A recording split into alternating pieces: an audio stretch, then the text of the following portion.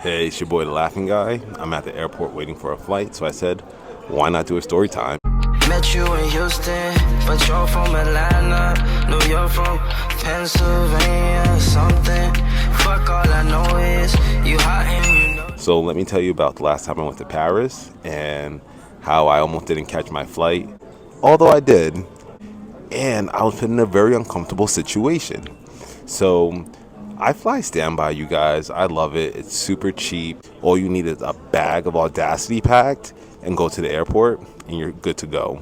So for my flight to Paris, I went to the airport New Year's Eve. I said, hey, let me get a flight, standby.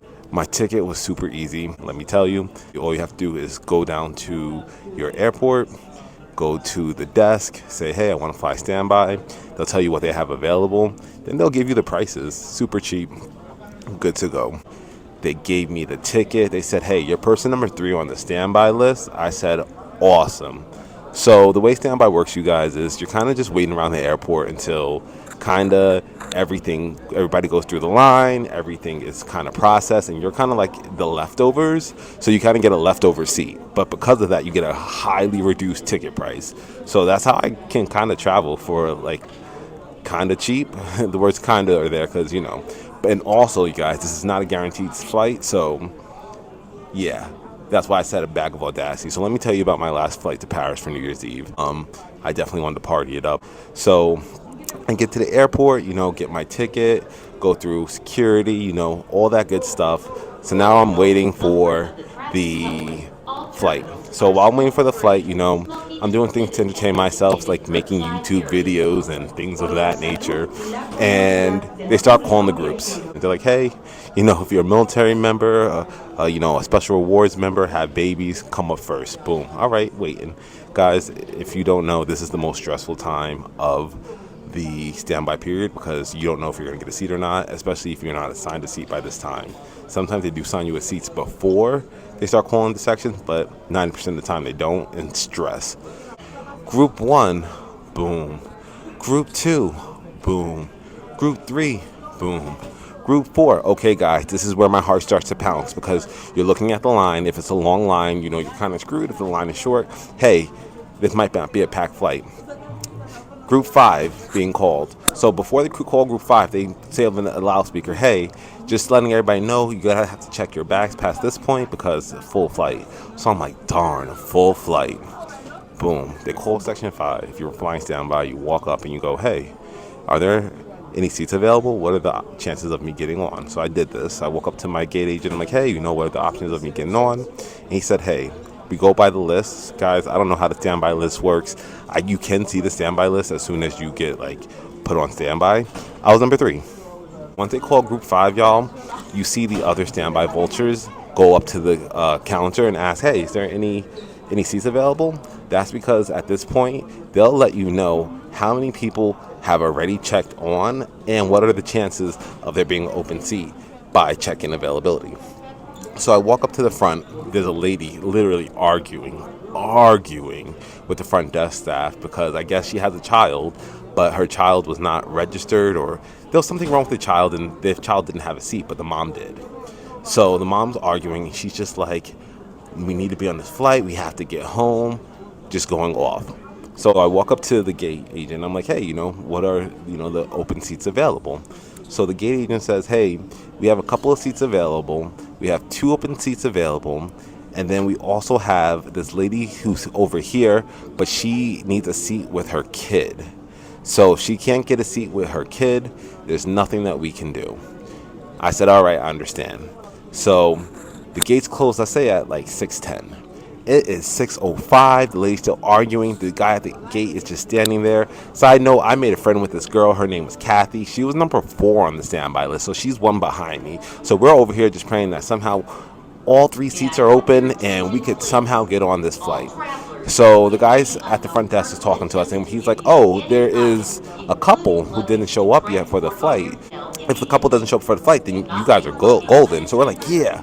So guys, keep in mind, there's 3 minutes left till boarding. Me and Kathy are talking. We're like, we got this. All you see is this guy running, shoes off, all disheveled, screaming, hold the flight, hold the flight. So I'm like, oh God. Oh God, I hope this guy isn't for the flight. Lo and behold, his disheveled self comes up to the gate. He's like, "Did I make it?" The guy's like, "You made it with 3 minutes to spare." He's like, "Awesome.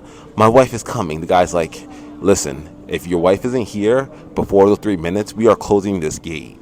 So I'll let you guys know this. If you've ever been to an airport on standby and you see that the gate agent is closing the gate, he's closing it, whether you're there or not. So with that man standing here, who's going to close the gate on that man? I believe it. So the man's over there just panicking, fretting, and then all of a sudden you see this woman. She wasn't fat, but she wasn't skinny. She was like a mid-size, running for her life. You could tell that she was out of it. She was disheveled. She didn't know what was happening. I said, darn, the wife made it. The wife made it, y'all, with 1 minute to spare. Just my luck, right? So the wife made it with 1 minute to spare, and so me and Kathy are just looking at each other like, darn, now what? So guys, keep in mind, I'm number 3 on this list. So there's 2 people who are ahead of me.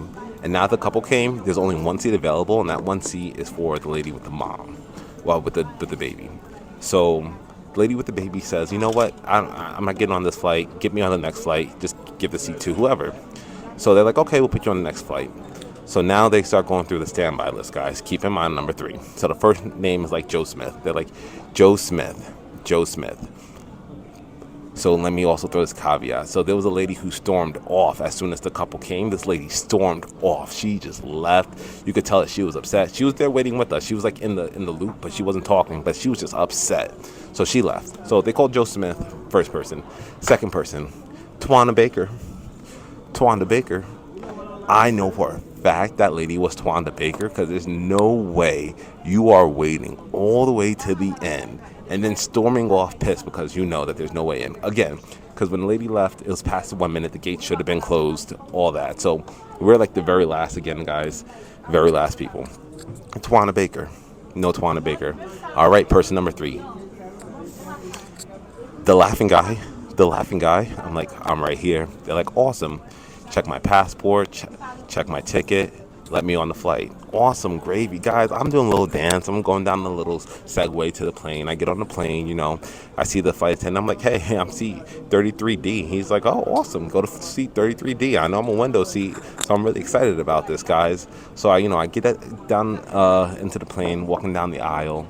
I get to my seat, and this guy, this lady there. So I was like, "Oh, I'm sitting next to you." And this guy grabs me. He goes, "Excuse me, sir." And I'm like, "Yeah." And he's like, "This is my wife. I would like to sit with her.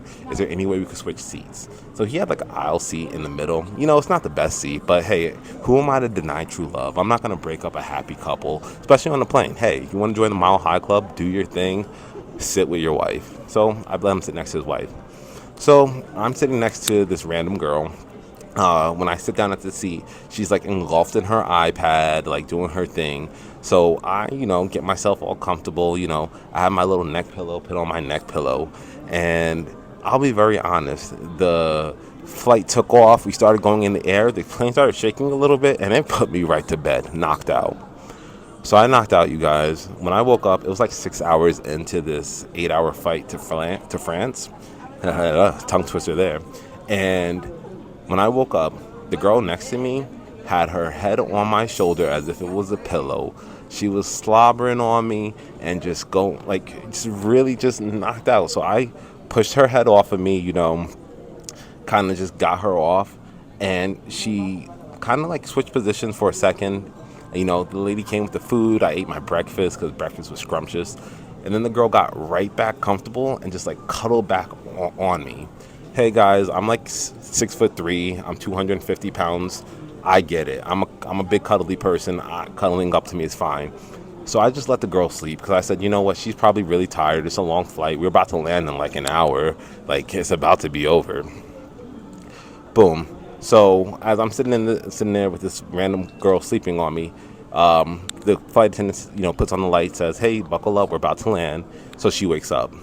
When she wakes up, you guys, she looks at me and she says, "Oh, sorry. You smell good." I smell good. Get off of me. Like at that point, I was just kind of like over it all because I'm just like, I I'm not here to make your sleeping experience better. And, just because I smell good doesn't mean that you should sleep on me. I was a little bit disturbed by that. I immediately got off the plane. I kind of ran off the plane because I'm like, I'm just over this whole situation. And I learned the moral of the story is if you're gonna take a flight, don't put on cologne beforehand. So right now I'm not cologned up, but when I get there, I will throw a little spritz on. I'm flying standby again, you guys. So we'll see if there's a story behind this trip. But thanks for joining me, and follow and subscribe. And that was my standby story.